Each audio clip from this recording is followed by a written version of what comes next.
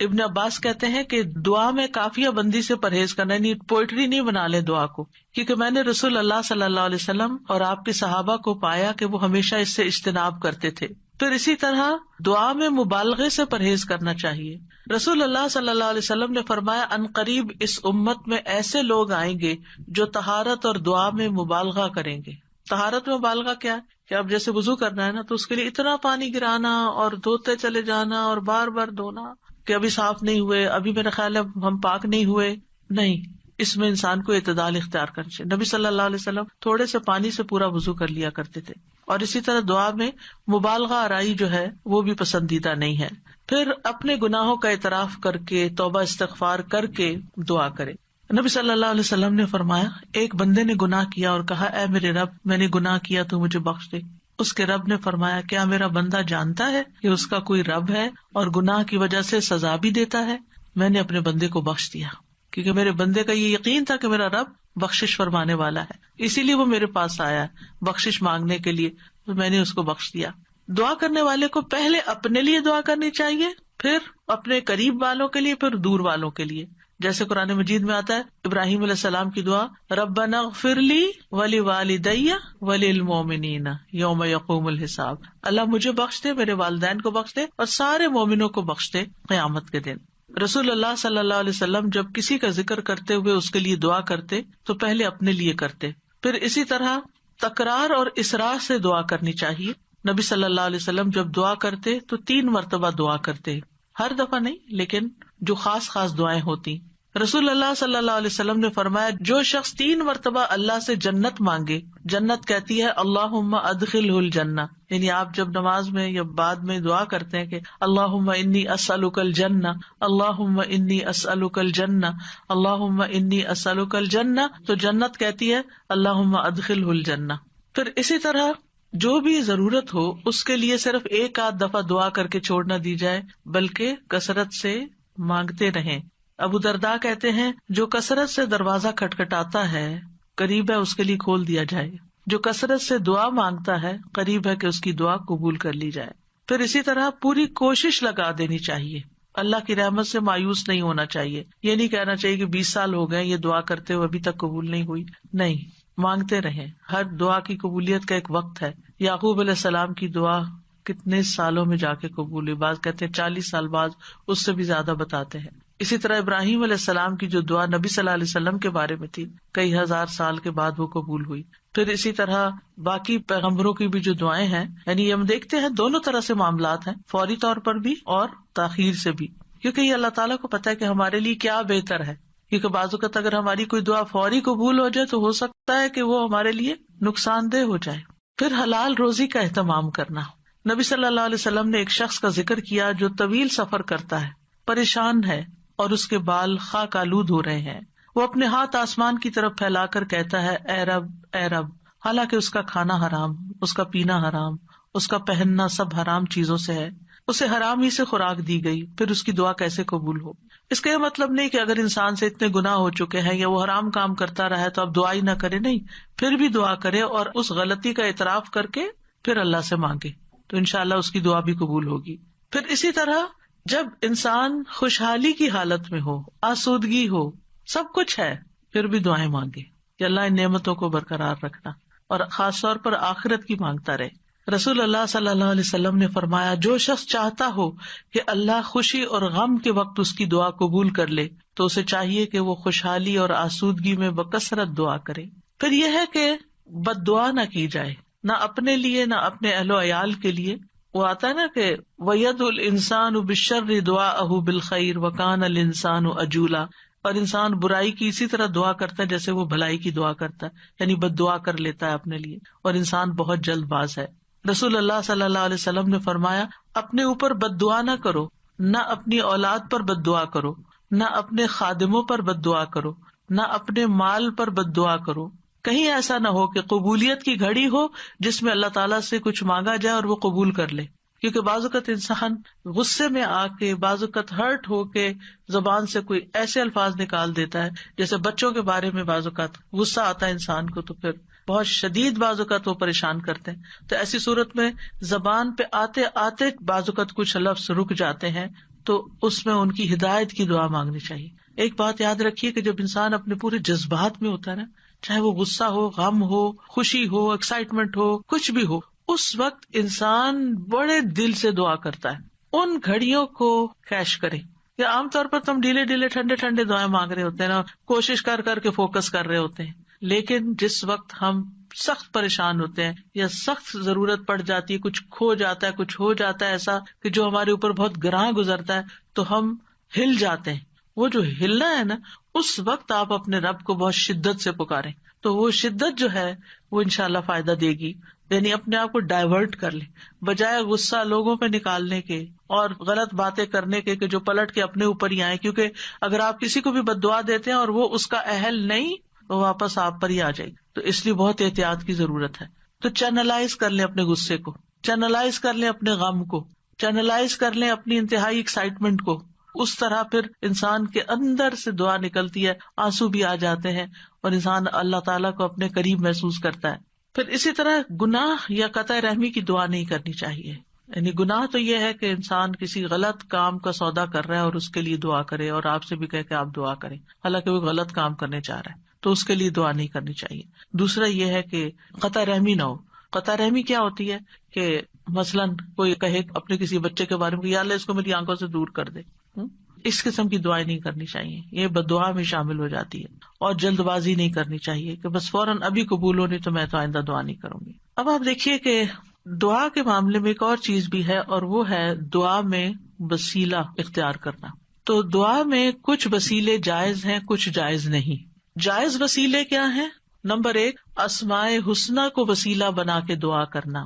قرآن مجید میں آتا ہے وَلِلَّهِ الْأَسْمَاءُ الْحُسْنَى فَادْعُوهُ بِهَا، اور سب اچھے نام اللہ ہی کے ہیں، سو اسے ان کے ساتھ پکارو، اچھے ناموں کے ساتھ. مثلا ہم یہ کہیں کہ یا حی یا قیوم برحمتک استغیث. اب یہاں اللہ کے ناموں کو وسیلہ بنایا اور رحمت مانگی. یا ذا الجلال والاکرام، یا من بیدہ ملکوت السماوات والارض، یا رب ربنا، یا رب العالمین، یا ارحم الراحمین، یا اللہ یا رحمان یا رحیم، یا اللہ یا کریم، یا وہاب. رزق مانگنا تو یا رزاق. اس طرح اللہ تعالیٰ کے ناموں کو وسیلہ بنا کے آپ دعا کر سکتے ہیں. کچھ تو وہ نام ہے جن میں اسم اعظم بھی ہے، اور نبی صلی اللہ علیہ وسلم نے ان ناموں کے ساتھ دعا کی ہے جو مشہور یا حیّ یا قیوم وغیرہ. لیکن یہ ہے کہ چونکہ ایک عمومی ہدایت ہے کہ اللہ کے ناموں کے ساتھ دعا کی جائے، تو کسی بھی نام کو جو آپ کو بہت اچھا لگتا ہے، اللہ تعالیٰ کی کوئی بھی پیاری صفت، اس کے ساتھ اللہ کو پکار کے آپ اللہ تعالیٰ سے دعا کریں. کیونکہ یہ بھی ایک محبت کا اظہار ہوتا ہے نا، جس سے آپ محبت کرتے ہیں اس کے آپ ہر نام سے ہی پیار کرتے ہیں، بلکہ نئے نئے نام رکھتے رہتے ہیں. یا قریب یا مجیب بھی کہہ سکتے ہیں. پھر فرشتے بھی آپ دیکھیں کہ اللہ کے ناموں کو وسیلہ بنا کر دعا کرتے ہیں. الذین یحملون العرش ومن حولہ یسبحون بحمد ربہم ویؤمنون بہ ویستغفرون للذین آمنوا. کیا کہتے ہیں؟ ربنا وسعت کل شیء رحمتا وعلما. اے ہمارے رب، تو نے ہر چیز کو اپنی رحمت اور علم سے گھیر رکھا ہے. تو یہ اللہ کے ناموں کو وسیلہ بنا رہے ہیں ایک طرح سے. اس کے بعد کہتے ہیں فاغفر للذین تابوا، اللہ جو توبہ کرتے ہیں، واتبعوا سبیلک، تیرے رستے پہ چلتے ہیں، ان کو بخش دے، وقہم عذاب الجحیم، اور انہیں جہنم کے عذاب سے بچا لے. انبیاء علیہ السلام بھی اللہ کے ناموں کا وسیلہ اختیار کرتے ہیں. حضرت سلیمان نے عرض کیا تھا قال رب اغفر لی وہب لی ملکا لا ينبغی لأحد من بعدی انک انت الوہاب. تو بہت عطا کرنے والا ہے، تو مجھے بھی عطا کر. پھر اسی طرح یوسف علیہ السلام نے دعا کی تھی رب قد آتیتنی من الملک وعلمتنی من تأویل الاحادیث فاطر السماوات والارض انت ولی فی الدنیا والآخرہ توفنی مسلما والحقنی بالصالحین. تو یہاں پر فاطر السماوات والارض یہ اللہ تعالیٰ کا نام لیا گیا ہے. نبی صلی اللہ علیہ وسلم کو بھی جب کوئی مشکل پیش آتی تو آپ فرماتے یا حی یا قیوم برحمتک استغیث. اور یہ قبولیت کے اسباب میں سے ہے اللہ کے ناموں کے ساتھ دعا کرنا جو ہے. رسول اللہ صلی اللہ علیہ وسلم مسجد میں داخل ہوئے تو دیکھا گیا کہ ایک شخص نے اپنی نماز پوری کر لی اور تشہد میں بیٹھا ہے اور کہہ رہا ہے اللہم انی اسألک یا اللہ الاحد الصمد الذی لم یلد ولم یولد ولم یکن لہ کفوا احد ان تغفر لی ذنوبی انک انت الغفور الرحیم. آپ صلی اللہ علیہ وسلم نے 3 بار فرمایا اس کو بخش دیا گیا ہے. یعنی اس دعا کے ساتھ آپ دیکھیں کہ اس میں اخلاص بھی ہے نا. یا اللہ الاحد الصمد الذی لم یلد ولم یولد ولم یکن لہ کفوا احد، یہ سورۃ اخلاص کا حصہ ہے. ان تغفر لی ذنوبی، میں توحید خالص کا اقرار کر کے اپنے گناہوں کی معافی مانگتا ہوں. پھر یا ذی الجلال والاکرام کو لازم پکڑ لینا چاہیے. نبی صلی اللہ علیہ وسلم نے فرمایا ان ناموں کے ساتھ چمٹے رہو، یعنی روزانہ ان ناموں کے ساتھ اللہ تعالیٰ سے دعا کرنی چاہیے. پھر یہ کہ ادب کے ساتھ اس کی صفت بیان کرتے ہوئے دعا کرنی چاہیے. پھر رب کے وسیلے سے دعا کرنی چاہیے. یعنی ابو درداء کہتے ہیں اللہ تعالیٰ مومنوں پر رحم فرمائے، وہ مسلسل یہی کہتے رہے ربنا ربنا ربنا ربنا، یہاں تک کہ ان کی دعا قبول کر لی گئی. اپنے نیک اعمال کو وسیلہ بنا کے دعا کرنا، یعنی یہ وسیلہ دے سکتے ہیں ہم. اور اس کی دلیل وہ غار والے ہیں جو غار میں پھنس گئے تھے 3 لوگ، انہوں نے اپنے اپنے نیک عمل کو وسیلہ بنا کر دعا کی تو غار کے دروازے یا دھانے سے بھاری پتھر ہٹ گیا جو 3 لوگ مل کے بھی ہٹا نہیں پا رہے تھے. پھر اپنے ایمان لانے کو وسیلہ بنا سکتے ہیں. الذین یقولون ربنا اننا آمنا فاغفر لنا ذنوبنا وقنا عذاب النار، جو لوگ کہتے ہیں اے ہمارے رب بے شک ہم ایمان لے آئے تو ہمارے لیے ہمارے گناہوں کو بخش دے، یعنی ہمارے ایمان کی وجہ سے ہمارے گناہوں کو بخش دے اور ہمیں آگ کے عذاب سے بچا لے. پھر زندہ نیک لوگوں کی دعا کے ساتھ وسیلہ پکڑنا، یعنی ان سے دعا کروانا. نیک لوگوں میں سے اگر کوئی آدمی زندہ ہے، آپ کے والدین ہیں، سارا وقت عبادت میں لگے رہتے ہیں، کوئی غیبت چگلی نہیں کرتے ادھر ادھر، نانا نانی دادا دادی بزرگ ہو جاتے ہیں نا، یا والدین بھی بزرگ آپ کے پاس ہیں اور آپ دیکھتے کہ سارا دن یا وہ تسبیح کر رہے ہیں یا وہ قرآن پڑھ رہے ہیں یا وہ نمازیں پڑھ رہے ہیں، اور عمر کے اس حصے میں پہنچ گئے ہیں کہ اب وہ کوئی برا کام نہیں کرتے، تو ان سے بھی خاص دعا کروانی چاہیے. یعنی ان کے پاس جا کر کہنا آپ ہمارے لیے دعا کریں یا ان سے دعا کروائیں، تو یہ دراصل آپ ان کا وسیلہ پکڑ رہے ہیں ایک طرح سے، یہ بھی وسیلہ ہے. مثلاً آپ کہہ سکتے ہیں کہ آپ میرے لیے دعا کریں اللہ تعالیٰ مجھے بخش دے، یا اگر رزق کا معاملہ ہے تو رزق، یا شفا چاہیے تو اللہ تعالیٰ سے دعا کریں اللہ تعالیٰ میری بیماری دور کر دے، یا جو بھی کوئی مسئلہ ہو. یا اسی طرح یہ کہ اگر بارش نہیں برس رہی ہے اور کوئی لوگوں کے لیے پرابلم ہو رہی ہے تو ان سے کہہ سکتے ہیں کہ وہ بھی خاص دعا کریں. حضرت عمر رضی اللہ عنہ جو تھے رسول اللہ صلی اللہ علیہ وسلم کے چچا عباس کی دعا کو انہوں نے وسیلہ بنایا تھا. انس بن مالک کہتے ہیں جب کبھی عمر رضی اللہ عنہ کے زمانے میں قحط پڑتا تو عمر رضی اللہ عنہ عباس بن عبد المطلب کے وسیلے سے دعا کرتے تھے اور فرماتے اے اللہ پہلے ہم تیرے پاس اپنے نبی کا وسیلہ لایا کرتے تھے تو پانی برساتا تھا، اب ہم اپنے نبی کے چچا کو وسیلہ بناتے ہیں تو ہم پر پانی برسا، یعنی ان سے بھی دعا کرواتے. تو انس رضی اللہ عنہ کہتے ہیں چنانچہ انہوں نے ایک دفعہ ایسے کیا تو خوب بارش برس پڑی. تو یہ جو کسی سے جا کے کہنا کہ آپ دعا کریں اس میں کوئی حرج نہیں، لیکن صرف ایک رسم بنا لینا ہر وقت دعا کے لیے کہتے رہنا، آپ دوسرے کے لیے دعا شروع کر دیں فرشتہ آمین کہے گا وہ آپ کو وہی لگ جائے گی، یعنی اس کو ایک رسم نہ بنائیں. یعنی لوگوں نے نا شدت اختیار کر لی ہے، یعنی ایکسٹریم پہ چلے گئے، یا ہر وقت یہی کہتے رہتے ہیں بس دعا کریں دعا کریں دعا کریں، یا پھر دوسری طرف کہتے کسی کو بھی نہ کہیں دعا کریں. تو یہ دونوں چیزیں ٹھیک نہیں، اعتدال میں رہیں. ایک عورت اپنے بچے کو لے کر نبی صلی اللہ علیہ وسلم کی خدمت میں حاضر ہوئی اور عرض کیا اے اللہ کے نبی اس کے حق میں اللہ سے دعا کیجیے اور میں 3 بچوں کو دفن کر چکی ہوں، یعنی اس سے پہلے میرے 3 بچے فوت ہو چکے ہیں، آپ اس کے لیے دعا کیجیے. آپ نے پوچھا تم نے 3 بچوں کو دفن کیا ہے؟ اس نے کہا ہاں. آپ نے فرمایا تم نے پھر جہنم سے ایک مضبوط بندش باندھ لی ہے، یعنی اللہ تعالیٰ تمہارے لیے ان بچوں کی وجہ سے آگ سے تمہیں بچا لے گا. تو یہ دعا کا ایک طرح سے وسیلہ بن گیا. اب کچھ وسیلے ناجائز بھی ہیں تو ان کا بھی پتہ ہونا چاہیے. ان میں سے فوت شدہ نیک آدمی کو وسیلہ بنانا اس کی ممانعت ہے. کیوں؟ اس لیے کہ وہ نہیں ہماری باتیں سنتے، وہ ہمارا حال نہیں جانتے.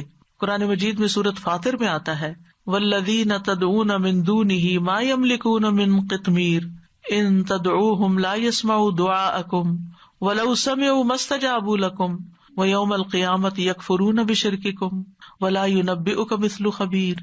اور وہ جنہیں تم اس کے سوا پکارتے ہو وہ کھجور کی گٹلی کے چھلکے کے مالک بھی نہیں ہے. کتنی باریک سی، آپ رمضان آ رہا ہے نا تو کھجوریں کھائیں گے تو وہ چھلکا ضرور اتار کے دیکھے کہ کیا چیز ہو، ہاتھ سے مسل دے تو نظر بھی نہیں آتا. یعنی اللہ کے سوا کوئی اتنی چیز کا بھی اصل مالک نہیں ہے. یہ ہم مانتے ہیں ہمارے پاس جو کچھ اللہ نے ہمیں دے رکھا ہے. فرمایا اگر تم انہیں پکارو تو وہ تمہاری پکار سنتے ہی نہیں. یہ جو لوگوں نے ایک ڈھنگ بنا رکھا ہے نا, بزرگوں کی قبروں پہ جا کر ان سے کہتے ہیں آپ ہمارے لیے دعا کریں. بھائی وہ فوت ہو چکے ہیں, وہ کیسے سن سکتے ہیں؟ آپ کو اگر کوئی بے ہوش کر دے تو آپ کو کوئی بات نہیں سنائی دیتی, آپ سوئے پڑے ہو تو آپ کو سنائی نہیں دیتی, تو آپ فوت ہو کے کیسے کسی کی باتیں سننا شروع ہو گئے؟ اور اگر وہ سن بھی لے تو تمہیں جواب نہیں دے سکتے. اگر وہ سن لیں, اللہ چاہے تو کسی کو بھی سنوا سکتا ہے. اور خاص طور پر جب میت کا حساب کتاب ہو رہا ہوتا ہے شروع میں, تو اس وقت وہ جوتوں کی چاپ وغیرہ سنتا ہے. اگر اس وقت کوئی کہے کہ اس وقت میں اس نیک انسان سے کہتا ہوں اور یہ سن رہا ہے کیونکہ جوتوں کی چاپ سن رہا ہے تو میری بات بھی سن لے گا, مستجابوا لکم, وہ تمہیں جواب نہیں دے سکتے, تمہارے لیے کچھ کر نہیں سکتے. اس وقت ان کو اپنی پڑی ہے, ان کا تو اپنا امتحان ہونے لگا ہے, وہ تمہارے لیے کہاں سے دعائیں کریں گے؟ اور قیامت کے دن تمہارے اس شرک کا انکار کر دیں گے. اور آپ کو خوب خبر رکھنے والے اللہ کی مانند کوئی بھی خبر نہیں دے سکتا. یہ اللہ تعالیٰ نے آپ کو بتایا ہے کہ یہ ممکن نہیں کہ مردے سے آپ جا کے کہو کہ آپ ہمارے لیے دعا کریں. اچھا, بعض لوگ کہتے ہیں وہ شہید ہوتے ہیں, تو شہید وہ ہوتے ہیں اور مردہ نہیں کہتے اس کو, لیکن ان کا بھی تعلق ہماری دنیا سے نہیں ہے, وہ اپنی جنتوں میں ہے. قرآن مجید میں ایسے لوگوں کی مذمت کی گئی ہے جو اپنے اور رب کے بیچ میں غیر اللہ کو وسیلہ بناتے ہیں. سورۃ الزمر میں آتا ہے الا للہ الدین الخالص والذین اتخذوا من دونہ اولیاء ما نعبدهم الا لیقربونا الی اللہ زلفی ان اللہ یحکم بینہم فیما ہم فیہ یختلفون ان اللہ لا یہدی من هو کاذب کفار. خبردار, خالص دین صرف اللہ ہی کا حق ہے, اور وہ لوگ جنہوں نے اس کے سوا اور حمایتی بنا رکھے, اللہ کو چھوڑ کے اوروں کو اپنا مددگار سمجھ رکھا ہے, وہ کہتے ہیں ہم ان کی عبادت نہیں کرتے مگر اس لیے کہ یہ ہمیں اللہ سے قریب کر دیں. ہم بزرگوں کی قبر پہ اس لیے جاتے ہیں کہ وہاں زیادہ دعا قبول ہوتی. یہ کہاں سے پتا چلا آپ کو؟ الا لیقربونا الی اللہ زلفی, اچھی طرح قریب کر دیں. یقیناً اللہ ان کے درمیان اس کے بارے میں فیصلہ کرے گا جس میں وہ اختلاف کر رہے ہیں. بے شک اللہ اس شخص کو ہدایت نہیں دیتا جو جھوٹا اور بہت ناشکرا ہو. ایسے لوگ پھر کسی کی سنتے بھی نہیں. آپ کو معلوم ہے دور جاہلیت میں لوگ بتوں کی پوجا کرتے تھے, وہ ان کو خدا نہیں سمجھتے تھے. وہ کہتے تھے یہ خدا کے اوتار ہیں اور ہم یہ سمجھتے ہیں کہ ان کی سفارش سنی جاتی. اور وہ بت کن کے ہوتے تھے؟ پاسٹ کے نیک لوگوں کے, جیسے قوم نوح نے بت بنا لیے تھے. لیکن یاد رکھیے جو آیت ہم ریپیٹڈلی ہر روز سنتے ہیں اور ہر روز اس کا معنی جانتے ہیں, اس میں وَإِذَا سَأَلَكَ عِبَادِي عَنِّي وَإِنِّي قَرِيبٌ, کوئی واسطہ وسیلہ بیچ میں نہیں. میں خود اپنے بندے کے قریب ہوں, کسی اور کو بیچ میں لانے کی کیا ضرورت ہے؟ ڈائریکٹ اس کو پکارے. جیسے آپ اپنا کیس خود پیش کر سکتے ہیں, کوئی اور نہیں آپ کے لیے کر سکتا. جو چوٹ آپ کو لگی ہوئی ہے, جو غم آپ کے دل میں ہے, وہ کسی اور نے نہیں ایکسپیرئنس کیا. لہٰذا اس دکھی ٹوٹے دل کے ساتھ جب اللہ سے مانگیں گے تو کیوں نہیں سنے گا؟ ضرور سنے گا. اب دعا کی قبولیت کے کچھ اوقات. اگرچہ انسان ہر وقت دعا کر سکتا ہے, لیکن کچھ ٹائم دوسرے ٹائمز کی نسبت زیادہ قبولیت والے ہوتے ہیں, جن میں سب سے پہلے آذان. حدیث میں آتا ہے آذان اور اقامت کے درمیان دعا رد نہیں کی جاتی, لیکن پہلے آپ اذان کا جواب دیں, اذان کے بعد والی دعا پڑھیں, درود پڑھیں اور پھر مانگیں, قبول ہو جائے گی. پھر فرض نمازوں کے بعد, سبحان اللہ, ہر روز 5 دفعہ فرض نماز ادا کرتے ہیں, اس کے فوراً بعد دعا قبول ہوتی ہے. ابو امامہ کہتے ہیں رسول اللہ صلی اللہ علیہ وسلم سے پوچھا گیا کون سی دعا زیادہ قبول ہوتی ہے؟ آپ نے فرمایا رات کے آخری حصے میں اور فرض نمازوں کے بعد مانگی جانے والی دعا. اس میں دونوں طریقے سے آپ مانگ سکتے ہیں. ایک سلام پھیرنے سے پہلے جہاں رب جلنی پڑھتے ہیں وہاں بھی اپنی دعائیں مانگ سکتے ہیں, اور دوسرے سلام کے بعد بھی یاد آئے تو اس وقت بھی مانگ سکتے ہیں. پھر دوران سجدہ رسول اللہ صلی اللہ علیہ وسلم نے فرمایا جہاں تک سجدے کا تعلق ہے تو اس پہ خوب دعا کرو, یہ دعا اس لائق ہے کہ تمہارے حق میں قبول کی جائے. اور سجدے کی حالت میں انسان اللہ کے بہت قریب ہوتا ہے, تو اس وقت خوب دعا کرنی چاہیے. کئی لوگوں کا سوال ہوتا ہے کہ کیا اس میں قرآنی دعا کر سکتے ہیں؟ جی, ایز اے دعا آپ کر رہے ہیں تو قرآن کے الفاظ بھی ہو تو پڑھ سکتے ہیں. ہاں, تلاوت نہیں کر سکتے لیکن دعا کر سکتے ہیں, مسنون دعائیں بھی کر سکتے ہیں. اپنی زبان میں نہیں باتیں کر سکتے وہاں, اللہ یہ کہ آپ نماز کے بعد کسی وقت دل چاہے اور آپ سجدے میں پڑھ کے اپنے دل کی باتیں کریں. پھر رات کا آخری حصہ, فجر کی اذان سے پہلے کا وقت, نبی صلی اللہ علیہ وسلم نے فرمایا تمام اوقات سے زیادہ بندہ پچھلی رات میں رب کے سب سے زیادہ قریب ہوتا ہے. بس اگر تم سے ہو سکے تو تم اس گھڑی کو یاد کرنے والوں میں سے بن جاؤ, تو ضرور بن جاؤ. یعنی اس وقت تم ضرور اللہ کو یاد کرو, اس وقت دعائیں کرو. پھر جمعہ کے دن ایک خاص گھڑی. ابو ہریرہ روایت کرتے ہیں رضی اللہ عنہ کے رسول اللہ صلی اللہ علیہ وسلم نے جمعہ کے دن کا تذکرہ کیا آپ نے فرمایا اس میں ایک گھڑی ایسی ہے کہ کوئی مسلمان بندہ نماز پڑھتے ہوئے اللہ سے جو بھی مانگتا ہے اسے ضرور عطا کر دیا جاتا ہے. اب یہ کون سی گھڑی ہے؟ اس کے بارے میں ایک تو یہ اوپینین ہے کہ دن کا کوئی بھی حصہ ہو سکتا ہے. دوسرا یہ ہے کہ امام جب خطبے کے لیے ممبر پر آ جاتا ہے. پھر ایک یہ کہ عصر کے بعد سے لے کے مغرب کے بیچ میں آتی ہے. پھر لیلۃ القدر میں دعا کرنا. عرفہ کے دن حاجیوں کے لیے عرفہ کا دن ہم بھی کر لیں تو کیا حرج ہے؟ اگر ان کی سنی جا رہی تو رب ہماری بھی سن رہا ہے. لیکن وہ تو چونکہ مشقت اٹھا کے وہاں پہنچے ہیں تو اس لیے وہ زیادہ قریب ہیں. نبی صلی اللہ علیہ وسلم نے فرمایا بہترین دعا وہ ہے جو عرفہ کے دن مانگی جائے. حضرت عائشہ کہتی ہے کہ رسول اللہ صلی اللہ علیہ وسلم نے فرمایا اللہ عرفہ کے دن سے زیادہ کسی دن اپنے بندوں کو آگ سے آزاد نہیں کرتا اور اللہ اپنے بندوں کے قریب ہوتا ہے. پھر فرشتوں کے سامنے اپنے بندوں پر فخر فرماتے ہوئے کہتا ہے یہ سارے بندے کیوں آئے ہیں یہاں؟ گھر بار چھوڑ کے مال خرچ کر کے اتنی تکلیف اٹھا کے یہاں کس لیے جمع ہے؟ تو ہم سب جانتے ہیں کہ آج کیوں کرتے ہیں کہ اللہ تعالیٰ ہمیں بخش دے اور ہم سے راضی ہو جائے اور ہمارا فرض بھی ادا ہو جائے. پھر اسی طرح بارش کے وقت کی دعا، یعنی جب بارش ہو رہی ہے اور آپ لوگ بڑے خوش قسمت ہیں کہ یہاں اکثر بارش ہوتی رہتی ہے، برف بھی پڑتی ہے، تو اس وقت پریشان ہونے کی بجائے دعا کرنا شروع کر دیا کریں. آپ ڈرائیونگ کر رہے ہیں، بارش برسنا شروع ہو گئی، دعائیں شروع کر دیں. پھر مصیبت کے وقت، جیسے پہلے بھی میں نے عرض کیا نا کہ جب انسان جذبات کی پیک پہ ہوتا ہے تو اس وقت اس کے الفاظ اور ہی طرح کے ہوتے ہیں. رسول اللہ صلی اللہ علیہ وسلم نے فرمایا اگر مسلمان پر کوئی مصیبت آئے اور وہ اللہ کے حکم کے مطابق کہے انا للہ و انا الیہ راجعون اللہم اجرنی فی مصیبتی واخلف لی خیرا منہا، اے اللہ مجھے میری مصیبت میں اجر دے اور میرے لیے اس کا بہترین نعم البدل عطا فرما، تو اللہ اس کو اس سے بہتر عطا فرماتے ہیں. اور جب بھی دل پہ غم کی گھٹا چھائے کسی بھی تکلیف کی وجہ سے، دیر اینڈ دین یہی دعا کیا کریں اللہم اجرنی فی مصیبتی واخلف لی خیرا منہا، اللہ اس مصیبت پر تو مجھے اجر دے اور اس سے بہتر نعم البدل عطا کر دے. پھر اسی طرح زمزم پیتے وقت رسول اللہ صلی اللہ علیہ وسلم نے فرمایا زمزم کا پانی اس مقصد کے لیے ہے جس کے لیے وہ پیا جائے. پھر تلاوت قرآن کے بعد کی دعا.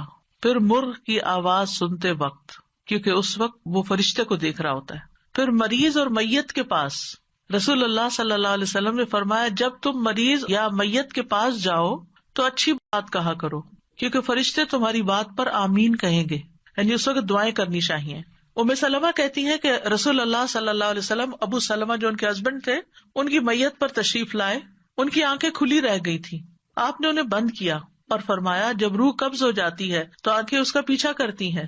یعنی روح جب لے کے جاتے ہیں فرشتے تو آنکھیں پیچھے پیچھے دیکھتی ہیں. اس کا جسم کا ایک حصہ چلا گیا، یعنی اس کی روح چلی گئی، تو اس کو کیا کرنا چاہیے؟ آنکھیں بند کر. اور ویسے بھی آپ دیکھیں اگر باڈی اکڑ جائے اور میت کی آنکھیں کھلی رہ جائے تو بڑا خوفناک سا سین ہو جاتا ہے. اسی دوران گھر کے کچھ لوگ رونے چیخنے لگے تو آپ نے فرمایا اپنے متعلق خیر ہی کی دعا مانگا کرو، رونے کا فائدہ نہیں، اچھی دعا مانگو کیونکہ فرشتے تمہاری دعا پر آمین کہتے ہیں.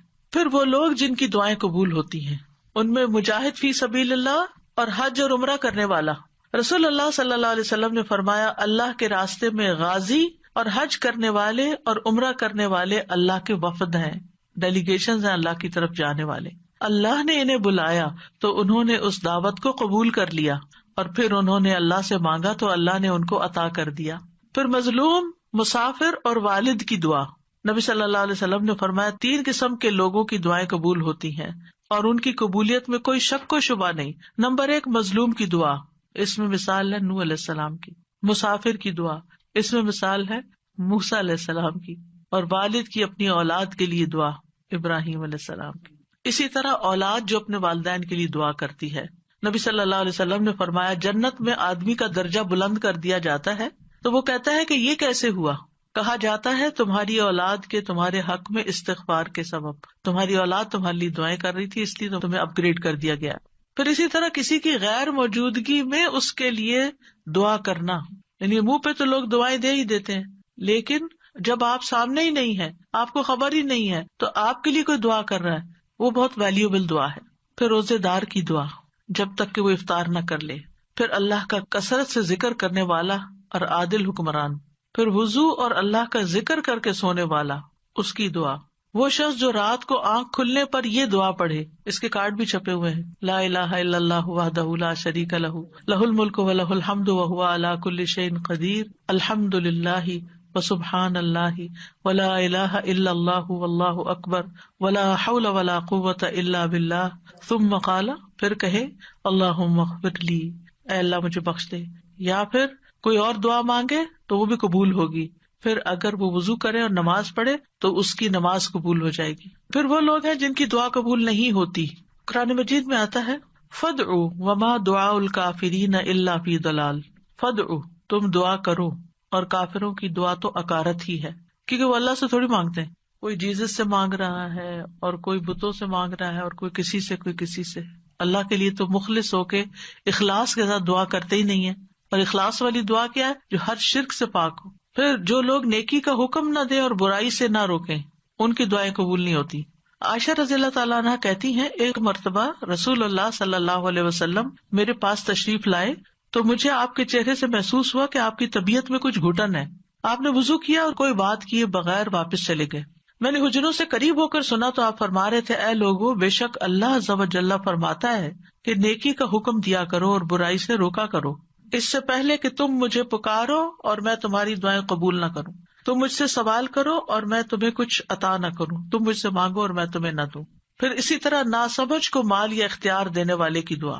قرآن مجید میں آتا ہے وَلَا تُؤْتُوا السُّفَهَاءَ أَمْوَالَكُمْ، یعنی بے وقوفوں کو اپنے مال مت دو، یعنی جن میں ان کو مینج کرنے کی صلاحیت نہیں ہے، نہ تجربہ کار لوگ، ان کو نہیں دو، پیسے ضائع کر دیں گے. تو بہرحال یہ کچھ آداب تھے، اور اس کے ساتھ ہی یہ کہ کون سے لوگ ہیں جن کی دعائیں قبول ہوتی ہیں، کون سے اوقات ہیں، کون سی جگہ ہیں. اور آخر میں یہ کہوں گی کہ ہمیں اللہ تعالیٰ سے کثرت سے دعا کرنی چاہیے، اس سے مانگتے رہنا چاہیے، کیونکہ ہم محتاج ہیں. دوسروں سے کہنے کی بجائے خود اللہ تعالیٰ سے زیادہ دعائیں کریں. دعا میں عاجزی اور افتقار ہونا چاہیے، اصرار ہونا چاہیے، اور پھر قبولیت کے اسباب اختیار کریں، یعنی جگہیں، ٹائم، یعنی کس قسم کی مناسبت ہے اس سے. تو اللہ تعالیٰ سے دعا ہے کہ وہ ہمیں دعا کرنا سکھا دے اور ایسی دعائیں کرنے کی توفیق دے جو ہمارے لیے قبولیت کا باعث ہوں. ہم اصرار سے مانگتے اللہ تعالیٰ سے، بار بار وہی بات چیت کرتے ہیں اور ضد بھی کرتے ہیں، لیکن ہمیں نہیں پتا کہ وہ چیز ہمارے لیے صحیح ہے کہ نہیں، تو ہم مانگتے رہیں تو اللہ تعالیٰ اس کے بدلے کیا کیا دے گا. کل کے لیکچر میں ہم نے پڑھا تھا کہ بعض اوقات آپ اصرار کر رہے ہیں، اللہ کو پتا یہ نہیں آپ کے لیے ٹھیک، لیکن چونکہ آپ دعا کر رہے ہیں، آپ عبادت کی حالت میں، آپ کو مناجات کی لذت مل رہی ہے، آپ کے بوجھ اتر رہے ہیں، آپ کے گناہ معاف ہو رہے ہیں. یعنی بعض اوقات دعا نہیں قبول ہوتی لیکن اس کے بدلے گناہ معاف ہو جاتے ہیں. بعض اوقات کوئی آنے والی مصیبت ٹال دی جاتی ہے، تو بعض اوقات اللہ تعالیٰ اس سے بہتر کوئی اور چیز آپ کو دے دیتا ہے. سو مینی ویز آف قبولیت دعا. السلام علیکم استاذہ جی. یہ جیسے زندگی میں بہت ناراضگیاں ہیں، ہسبینڈ سے لڑائی ہو گئی ہے اور ہسبینڈ کی اچانک ڈیتھ ہو گئی، تو پہلے تو اتنا لڑی ہوئی تھی کہ چھوڑ کے چلی گئی وہ، اور پھر پیر پکڑ کے معافیاں مانگی بعد میں، تو مطلب یہ کہ بعد میں معافی وہ پتہ نہیں ہسبینڈ نے معاف کیا یعنی وہ تو جا چکے تھے، وہ کہتی ہیں کیا میری معافی ہو گئی ہوگی؟ ہسبینڈ کے لیے بھی کثرت سے دعا کریں اور اپنی بخشش کے لیے بھی کریں. اللہ معاف کرنے والا ہے. اللہ تعالیٰ کو وہ بندہ جو گناہ کرنے کے بعد پلٹ آتا ہے وہ بہت پسند ہے. ایک اور جیسے جب ہم نماز پڑھ رہے ہوتے ہیں تو ایسے اللہ تعالیٰ کی بڑائی بیان کرتے ہیں، جیسے سبحان اللہ و بحمدہ عدد، تو وہ ہم درود شریف اس کے بعد پڑھیں اللہ کی بڑائی بیان کر کے. نماز کے اندر درود شریف اینڈ میں اتحیات کے بعد ہے، اس وقت ہوگا، اور اس کے بعد دعائیں ہوں گی. دعائیں رب جلنی جو پڑھتے ہیں وہ درود شریف کے بعد ہی پڑھتے ہیں نا. جی یہ کہہ کے بھی پڑھ سکتے ہیں نا، یا بدیع السماوات یا حیو یا قیوم انی اسالک، یہ بھی کہہ کے اسٹارٹ کر کے پڑھ سکتے ہیں. بالکل. جزاک اللہ. استاذہ جی، یہ جو کہتے ہیں نا کہ ہم اپنے والدین کے لیے دعائیں مانگتے ہیں تو ان کے جنت میں درجات اللہ تعالیٰ بلند کرتے ہیں، الحمدللہ ہم سب کی یہی ہوتا ہے کہ ہمارے ماں باپ اللہ کی رحمت سے وہاں ہو، نہ ہو تو پھر کہاں کیا ہوتا ہے، مطلب نکل آئیں گے جہاں کسی اور مشکل میں ہے تو ان کی پھر لگتی ہے ایمان کے ساتھ. تو امید ہے نا یہی، انشاءاللہ امید تو بالکل سب کو یہی ہوتی ہے کہ وہاں ہے، لیکن یہ کہ اگر کہیں اللہ نہ کرے کہ کہیں اور بھی ہیں یا ان کا حساب سخت ہو رہا ہے یا کوئی اور ایسی مسئلہ آ گیا ان کو، تو اس سے نکل آئیں گے دعاؤں کی بدولت. آپ نے دیکھا ہوگا کئی لوگ خواب میں آتے ہیں اور خواب میں آ کے کہتے ہیں ہمارے لیے دعا کرو یا ہمارے لیے صدقہ کرو، یا اپنی کوئی پریشانی بتاتے ہیں، یا آپ ان کو برے حال میں دیکھتے ہیں تو پھر آپ ان کے لیے صدقہ اور دعا وغیرہ کرتے ہیں. تو میں کہیں پڑھ رہی تھی کہ کسی کے اوپر قرض تھا اور اس نے خواب میں اپنے بیٹے کو بتایا کہ میرے پیسے فلاں جگہ رکھے ہیں، اس سے قرضہ ادا کر دو. تو یہ اللہ کی مدد ہی ہوتی ہے. تو اچھے حال میں بھی انسان دیکھتا ہے, اچھے حال میں بھی دیکھتا ہے تو انشاءاللہ اچھے ہوں گے. لیکن یہ غیب کے معاملات ہیں جن کا ہمیں بہت کم علم دیا گیا, کوئی گارنٹی نہیں کہہ سکتا کسی کی بھی نہیں. میری امی نے جب قرآن لکھا تھا نا ترجمہ, تو انہوں نے خواب میں دیکھا تھا کہ ان کے والدین ہیں اور ان کو 2 بڑی بڑی کرسیاں اور اس کے ان پر تاج پہنایا جا رہا ہے. تو اولاد کیوں نہ نیکیاں کرے پھر, اور ایسے بچوں کو اور ایسے اولادوں کو اللہ تعالیٰ توفیق دے کہ وہ ایسے نیک کام کریں جو ان تک ہمارے بڑوں سے بڑوں تک بخشش کا وسیلہ بنے. بلکہ ایک ٹپ دوں گی, رمضان میں جو بھی صدقہ خیرات کریں اس میں ساتھ اپنے والدین کو بھی شامل کر لیں. استاد آپ نے شروع میں بتایا کہ ہم کسی کے لیے دعا مانگتے ہیں تو اس میں بس ہم ایک سرسری لفظ یوز کر دیتے ہیں, تو جب کوئی اچھا کام کرتا ہے یا بچے بھی کوئی بھی تو ہم اس وقت کہہ دیتے ہیں دعا, تو اس وقت کہہ سکتے اس طرح اٹس اوکے, یا اس وقت ہم کوئی خاص ادب کے ساتھ مانگیں؟ مطلب ادب اس وقت کیا ہوگا کہ الفاظ اچھے ہوں اور احترام ہو, یعنی ہر وقت وضو کرنا, ہر وقت قبلہ رخ ہونا, ہر وقت فارمل اس میں بیٹھ کے کرنا, یہ نہیں ممکن ہوتا. چلتے پھرتے اٹھتے بیٹھتے ہر حال میں آپ دل میں پکار سکتے ہیں. آپ نے ابھی ارشاد فرمایا کہ جب ہم ہتھیلیاں کھول کے ہتھیلیوں سے دعا مانگنی چاہیے. جی, تو جب ہم سجدے میں جیسے دعا قبول ہوتی تو ہمارے تو ہاتھ یوں ہوتے ہیں, تو ہم ان کو یوں کریں؟ نہیں, سجدے میں ہمیں نہیں پھیرنا. سجدے میں تو پوزیشن ہے نا سجدے کی, وہ تو آپ سجدہ کر رہے ہیں. جی, اور اس میں دعا آ گئی. لیکن جب آپ دعا مانگ رہے ہیں تو اس وقت دعا کی پوزیشن میں آ جائیں گے, یعنی سجدے کے علاوہ جب دعا مانگ رہے ہیں. اور روزے پہ کہتے ہیں نبی صلی اللہ علیہ وسلم کے کہ وہ خود ہمارے سلام کا جواب دیتے ہیں. جی ہاں, تو ان کو ہمارا سلام پہنچایا جاتا ہے. جی ہاں. تو وہاں ہم نہیں ان کو وسیلہ بنا کے دعا مانگ سکتے؟ یہ کسی صحابی نے نہیں بنایا. اچھا, دیکھیں جب حضرت عمر نبی صلی اللہ علیہ وسلم کی وفات کے بعد دعا کروانے گئے تھے تو حضرت عباس کے پاس گئے تھے, قبر پہ نہیں آئے تھے. ٹھیک ہے, اوکے. سبحانک اللہم و بحمدک, اشہد ان لا الہ الا انت, استغفرک و اتوب الیک. السلام علیکم و رحمۃ اللہ وبرکاتہ.